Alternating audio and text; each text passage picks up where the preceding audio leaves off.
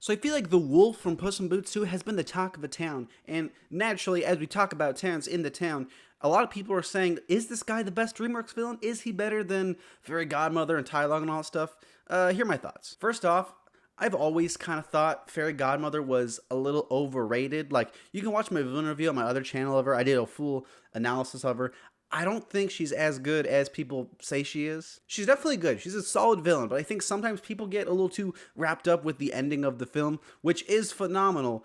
And I think they kind of just associate the ending with her, where the rest of the movie, she's kind of lame. In all honesty, quite frankly, I think she's just as good as Rumpelstiltskin from the fourth one. Same thing with Farquaad. They're all kind of the same. It's like all of them and then Prince Charming, because he sucks, let's be honest. So when it comes to the Wolf's competition for the best DreamWorks villain, I think there's only three guys who he's really in competition with, and that is Shen from Kung Fu Panda 2, Tai Lung from Kung Fu Panda 1, and Ramses from Prince of Egypt. So the Wolf is top 4 villains. He should be top 5 in everyone's list. That's like an objective thing almost. I struggle to say objective, but like, if we're being honest, I think it all kind of depends on what you want in a villain. I think he is probably the scariest villain of everyone in the filmography, and I think that's just how cool he is. I think that's kind of only rivaled by Tai Lung, but again, if you think he's the coolest, I completely get it. I might even agree. But like, damn, Tai Lung has that prison escape scene, which is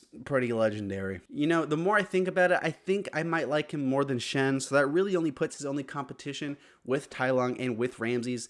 And those two characters have something that the Wolf doesn't, something that resonates with me, but again, you might think it's different. And that one thing is a more fleshed out backstory and motivation. I understand that the Wolf is a supernatural kind of creature, so he might not have that. But I personally enjoy the Tai Lung backstory a ton, and all the backstory with Ramses from Prince of Egypt. I think the backstory with Tai Lung, all his stuff with Shifu, it adds so much to that movie. It makes the whole ending climax. I think that's like my favorite scene in the whole movie is when Tai Lung fights Shifu. All of that stuff is incredible, and just like the Wolf, the villain's motivation and past affects every other character. It affects Shifu's relationship with Tigress, with Po, and I like that he has that impact. Ramses is different because Ramses is almost like a deuteragonist kind of Prince of Egypt because he's so central to the plot. We see him as a kid, we see him grow up, and these two brothers just going at it. To me, that's super interesting. Ralph Fiennes is also incredible in Prince of Egypt, so he's got that going for him. So if I had to give my own thoughts as a villain guy, I would put Wolf probably around 3. I think he just barely gets it on Shen, just barely though.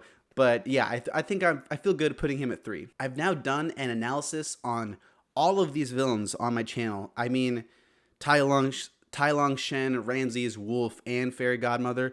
So if you want to watch one of those, go to my other channel, link in the bio, and they'll all be there. And cool, those are my thoughts.